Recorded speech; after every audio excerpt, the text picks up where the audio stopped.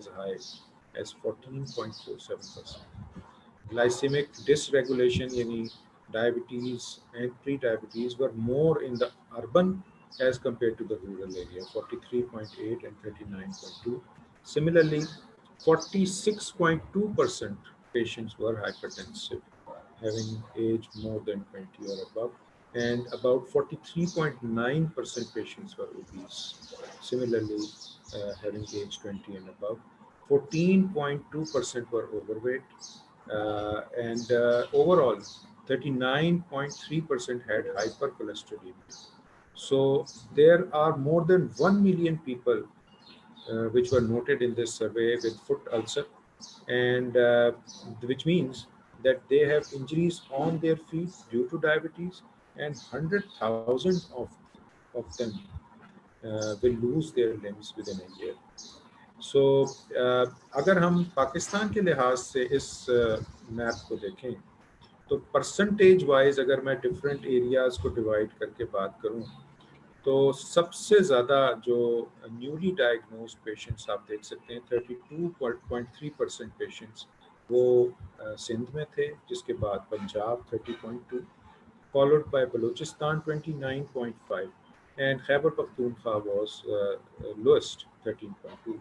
लेकिन जब हम बात करते हैं प्री डायबिटीज़ की तो बलूचिस्तान के एरिया में 51.5% पेशेंट्स वर प्री डायबिटिक्स. इसके बाद नंबर पंजाब का था 15.1, दैन सिंध 11.7 and 4.5% पर pre diabetics in Khyber Pakhtunkhwa. Male to female ratio अगर हम देखें तो slightly diabetes was more common in female population, just 0.1% का डिफरेंस है 26.2 एंड 26.3 का, but the pre diabetes was more common in female population 15.6 versus 12.8, and hypercholesterolemia was also more common in female population, whereas the newly diagnosed were more common in the male population. So this suggests that probably for some reason females are more prone to develop diabetes. So what is the pathophysiology? जब हम बात करते हैं pathophysiology की तो कुछ थोड़ी सी natural history है टाइप 2 डायबिटीज़ की. बीटा सेल फंक्शन इस डायग्राम में आप देख सकते हैं, बेस के ऊपर प्री डायबिटीज़ है, जब ऑनसेट हो रहा है डायबिटीज़ का वहाँ से, और वहाँ से लेके और डायग्नोज होने तक there could be about approximately 5 years, क्योंकि मेजॉरिटी ऑफ टाइप 2 डायबिटिक्स जो हैं दे आर बेसिकली साइलेंट, और अनलेस कि कोई कॉम्प्लिकेशन हो या इत्तेफाकी तौर पे वो किसी और वजह से अपने डॉक्टर को रुजू करें, उमूमी तौर के ऊपर दे गो अननोटिस्ड, और इत्तफाकन उन्हें पता चलता है कि जी पाँव में दर्द क्यों हो रही है मेरे, इसके लिए चेक करवाया है, या पेशाब क्यों बार बार आ रहा है, या प्रेगनेंसी हो गई है, या किसी और वजह से. तो आप ये देख सकते हैं कि ऑनसेट से डायग्नोसिस तक it can be a 5 year period, but can be variable. So you can see here that this orange line, beta cell function starts to decline before the onset, or it goes on gradually over the lifespan of the patient. Similarly, insulin resistance, actually it rises, and at the time of diagnosis it is at the peak. So the patients are producing more insulin, having more resistance. So this resistance actually flattens off. This curve is flattened after the diagnosis. So insulin secretion जो है वो even before the diagnosis it reaches its peak because of resistance, and then it then starts to fall. So with the passage of time, insulin की secretion is continuously decreasing in our patients of diabetics. Similarly, जब हम diagnose कर रहे होते हैं तो postprandial glucose जो है it is first diagnosed. It is the first criteria to diagnose the patients having diabetes. So fasting follows, but the postprandial glucose is first to rise, and it continues to rise in a patient of diabetes in his natural history. And here you can see the development of microvascular complications, some macrovascular complications in our type 2 patients. So normal diabetes and pre-diabetes के criteria क्या हैं? Simply normal आप देख लीजिए कि कोई patient अगर less than 100 है तो वो नॉर्मल है, और मोर देन 126 है तो ही इज डायबिटिक फास्टिंग में, and in between anything in between is pre diabetes. अगर 2 आवर्स पोस्ट, और ये जो मेथड है इसका, no caloric intake for at least 8 hours. So 14 hours ज़रूरी नहीं है, overnight fast is enough.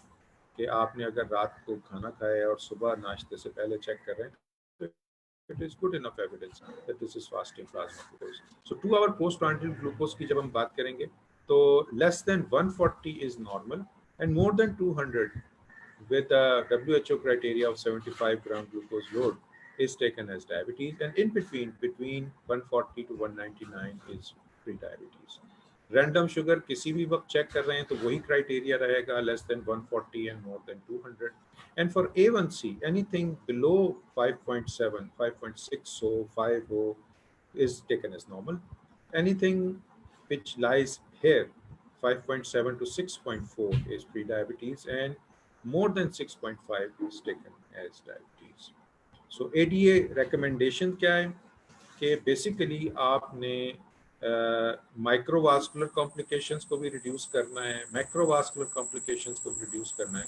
So for microvascular complications, weight control along with hyper A1C less than 7 and blood pressure.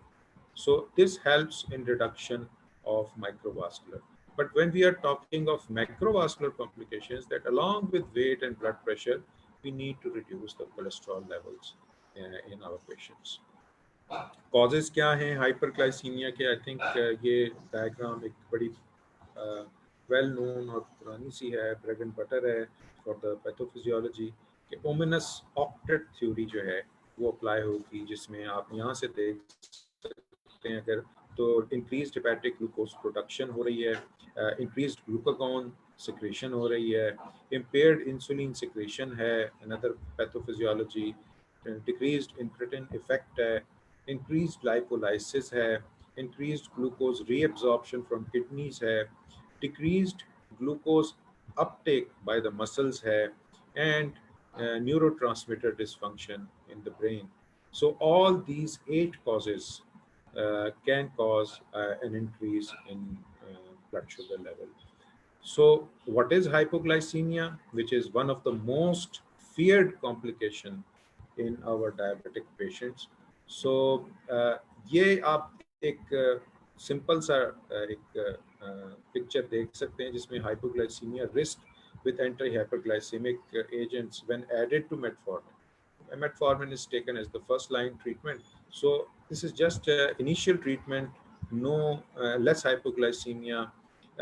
किन दवाओं के साथ होगा? अगर मेटफॉर्मिन के साथ ऐड करें, उसमें DPP4, GLP1 एंड थायोजोलिडीन डायोन्स हैं, इसमें SGLT2 शामिल नहीं है, जो करंटली उसको भी शामिल किया जाना चाहिए क्योंकि ये पुरानी एक पिक्चर है 2013 की. सो मेटफॉर्मिन के साथ अगर सल्फोनाइल यूरिया और इंसुलिन को शामिल करेंगे किसी भी शक्ल में, तो हाइपोग्लाइसीमिया का जो रिस्क है वो बढ़ता चला जाएगा. सो यहाँ पे भी आप देख सकते हैं कि basically frequency of severe hypoglycemia क्या है with anti-hyperglycemic agents. Here you can see that there is less than 1% chance when we add DPP4 inhibitors or GLP1 receptor agonist or metformin or thiazolidine and SGLT2s. So इनके साथ जो hypoglycaemia होने का chance है वो बहुत कम है, लेकिन सल्फोनाइल यूरियाज और क्लिनाइड्स के साथ में अप टू 3% चांस है हाइपोग्लाइसीमिया का. And if we add insulin then there is no upper limit, लेकिन अप्रॉक्सीमेटली 6% तक चांस है पेशेंट को कि हाइपोग्लाइसीमिया हो जाएगा in a patient within a year. So what are the consequences? We know very well.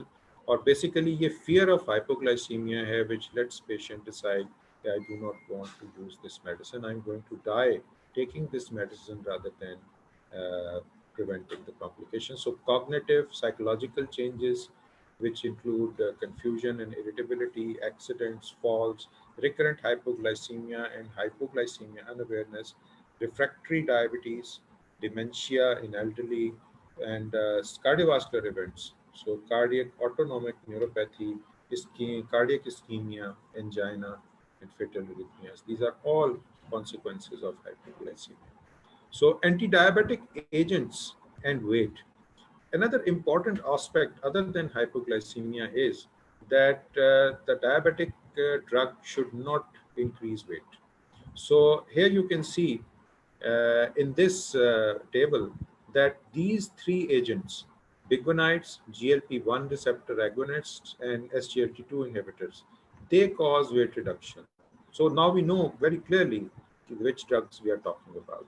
And similarly, weight neutral drugs are alpha glucosidase inhibitors and DPP4 inhibitors. Sulfonylureas, they increase weights, whether we are using naticlinide, repaglinide, or any other sulfonylurea class.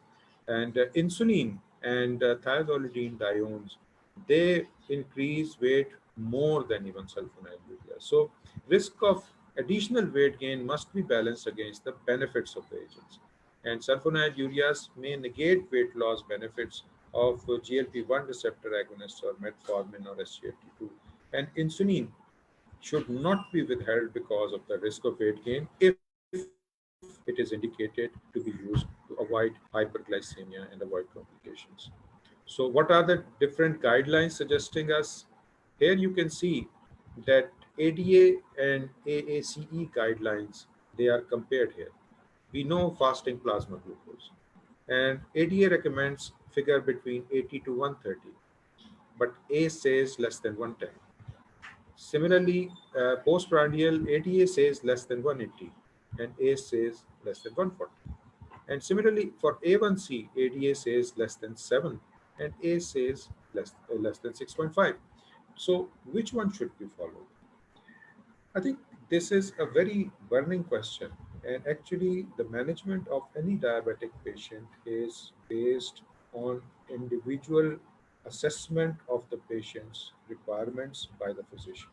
So none of these figures which are given here are absolutely correct, and none of them are absolutely wrong. So it has to be decided. A patient who is young, a patient who is not having any comorbidities, probably an A1C of and having a lesser duration of diabetes, probably a A1C of less than 6.5 would be more beneficial for him. Similarly, a patient who is having long duration with complications and he's an old age person, so probably keeping it less than 6.5 A1C probably would can cause more harm to that patient. So it is the individual assessment of the treating physician what he thinks, but the ranges should stay with the range should be more reliable indicator that whether, and after that even the assessment of complications should be done to see whether it is working in that patient. So metformin is the only oral anti-diabetic drug for the first line treatment with comprehensive lifestyle management. So lifestyle management comes first. So all the guidelines, whether it is American Diabetic Association, EST, IDF, or AACE guideline, or NICE guideline, all of them suggest the same up till now. There is recent literature which is suggesting that SGLT2 should be given advantage over metformin, but that is only for atherosclerotic cardiovascular disease patients. And here you can see in the NICE algorithm for the blood glucose lowering therapy in adults type 2 that if a single drug is to be used and A1C rises above 6.5 and patient is on lifestyle intervention and it's not working, then he should be offered a standard release metformin. And if it is not effective, then a modified release can be done. And if first intensification is required, then after metformin, it can be any of the agents, which can be preferably be a euglycemic medicine or a drug which can cause, for if he is overweight, then a weight reducing medicine can be added. So again, it is an individual assessment of the treating physician which medicine is best for the patient. Even he can decide about a sulfonylurea in his patient. So aim is that the A1C should be brought down to less to the target level. So if it arises more than 7.5, then a first intensification or a second drug is needed. And if it is still not achieved after the first drug addition, then a second drug should be added, which again is the independent decision of the treating physician.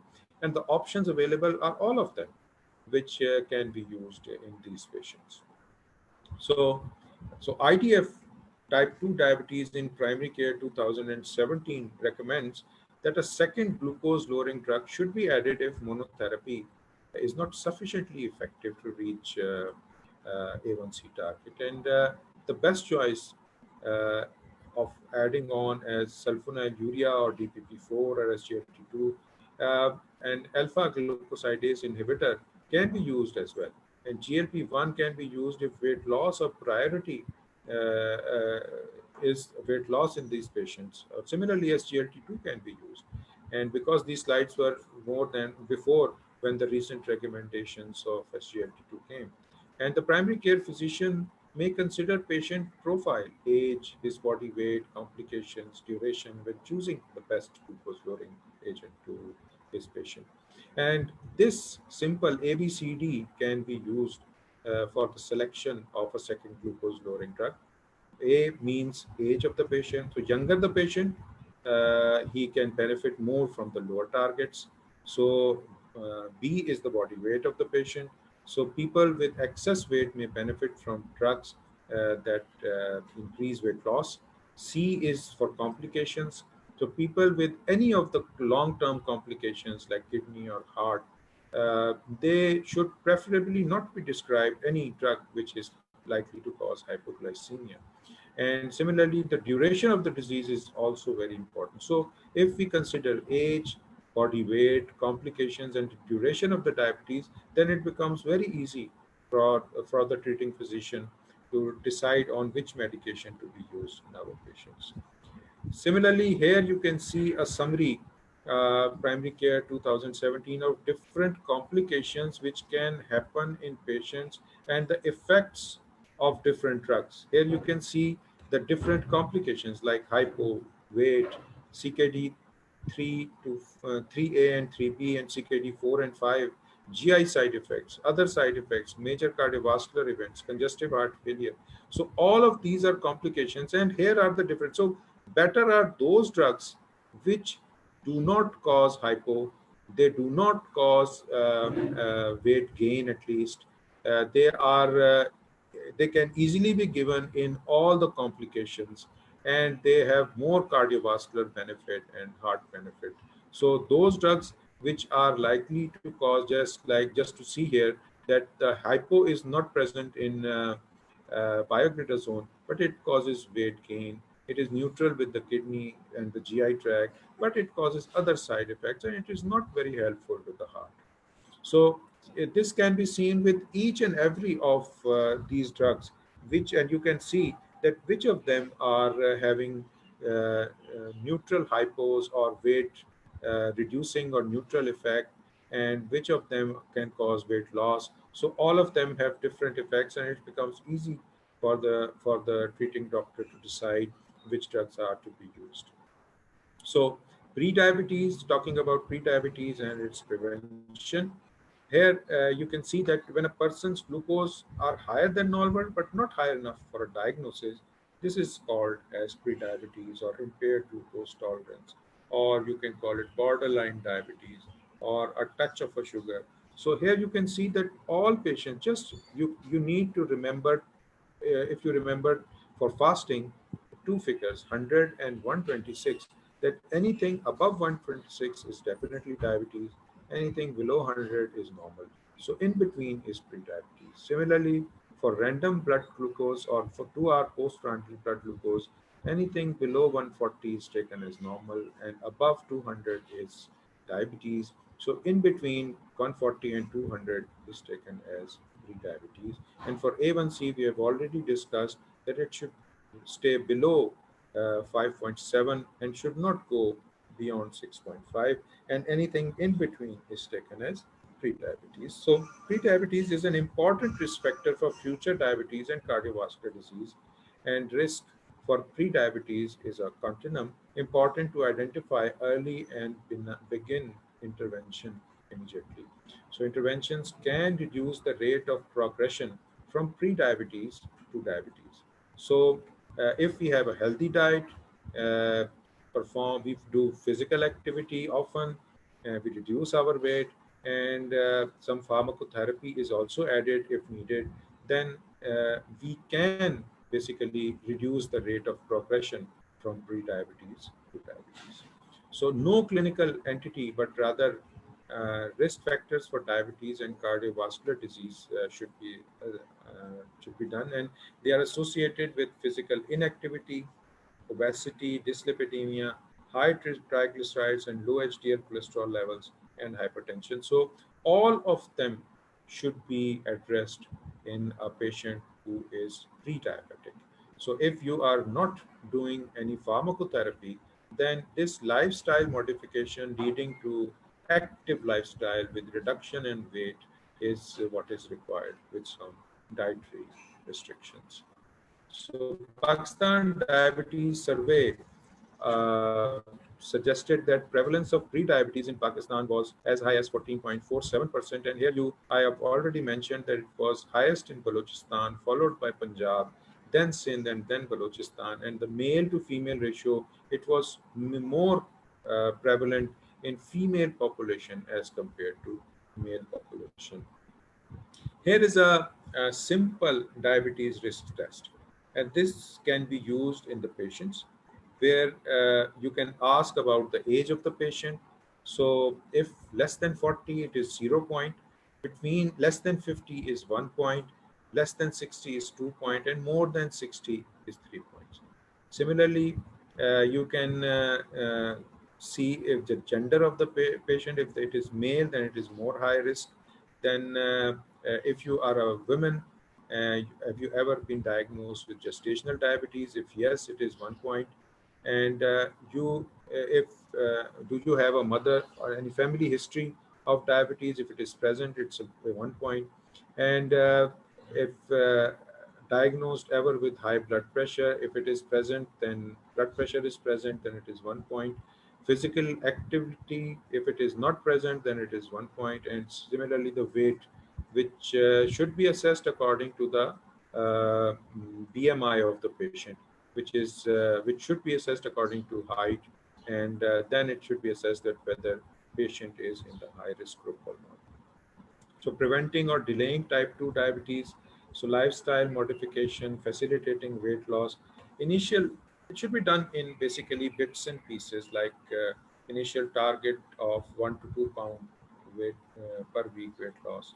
And in the long term goal, it should be at least 7% of the loss of total body weight, and increase physical activity to a minimum of at least 150 per minute per week. But this can be increased as well according to the individual requirements of the patient, or it can be decreased as well. The individualized medical nutrition therapy should also be done.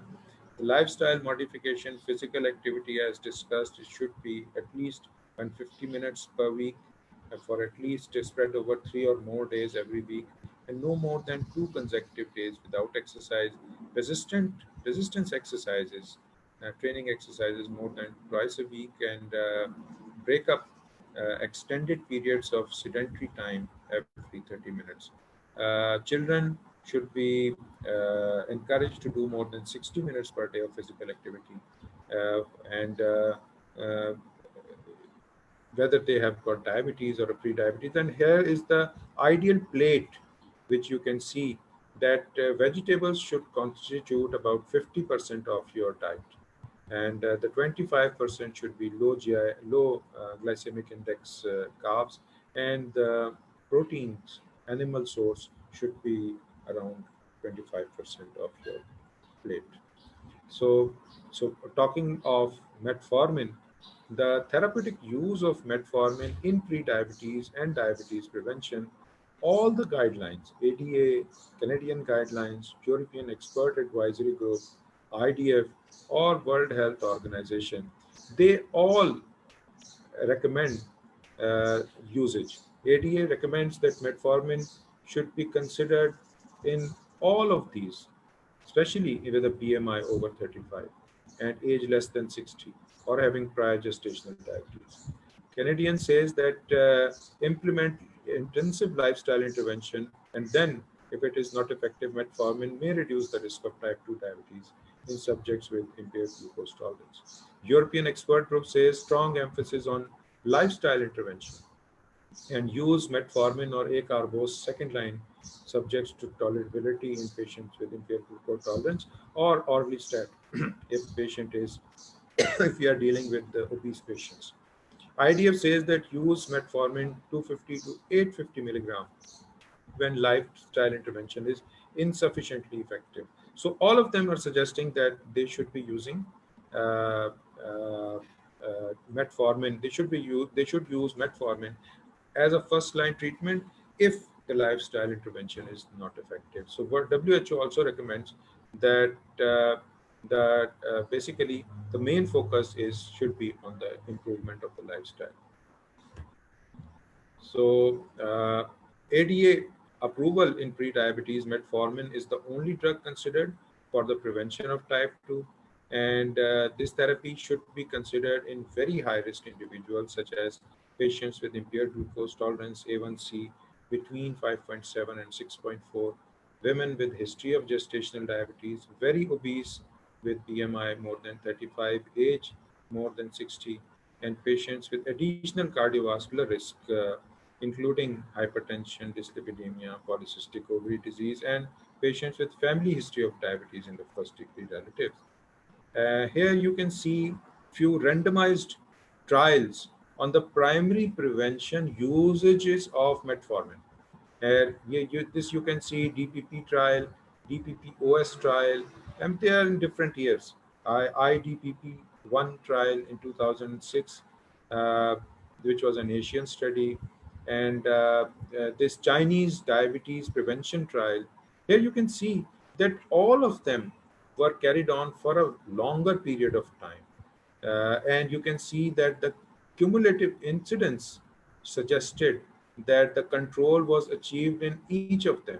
Here you can see that the Asian Indian 55% of the cumulative incidence of control with a relative risk reduction was noted in all of these trials. So this suggests that there is sufficient data, randomized controlled trials on the primary prevention for using metformin drug.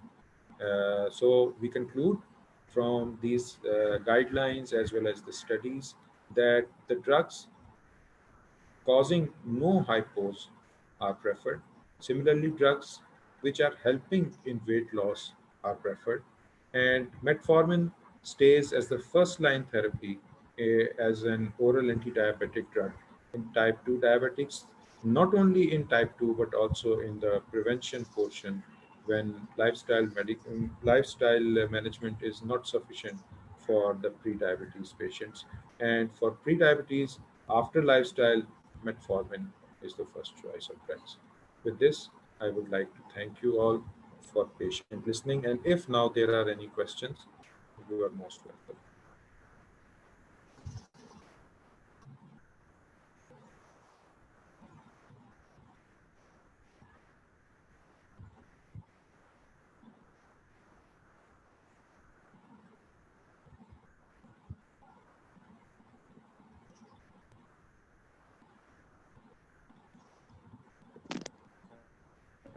अब किसी doctor साहब के कोई सवाल हो तो kindly use zoom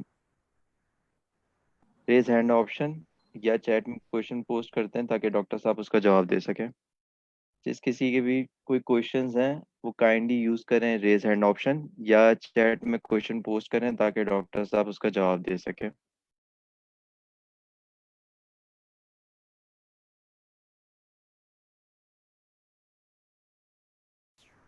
इससे अच्छी तो कोई बात ही नहीं हो सकती कि कोई सवाल ना हो। इसका मतलब दो ही हो सकते हैं, या सब समझ आ गया या कुछ नहीं समझ आया।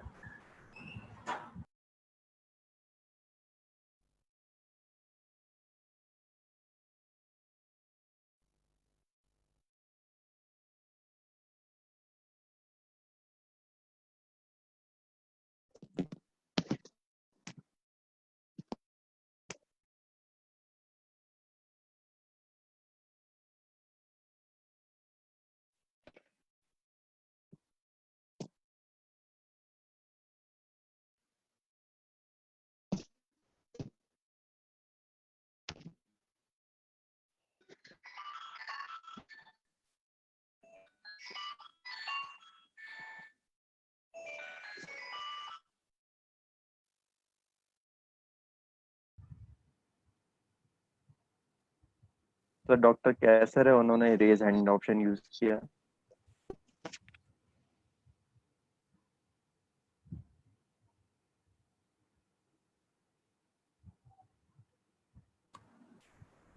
डॉक्टर अस्सलाम साहब का वालेकुम। माइक। जी वालेकुम अस्सलाम सर। जी इमरान भाई, ठीक ठाक, सब खैरियत माशाल्लाह। जी सर, सर उनका अल्लाह माइक। की करम। जी डोज के मुतल्लिक ज़रा मैंने कहा था बता दें कि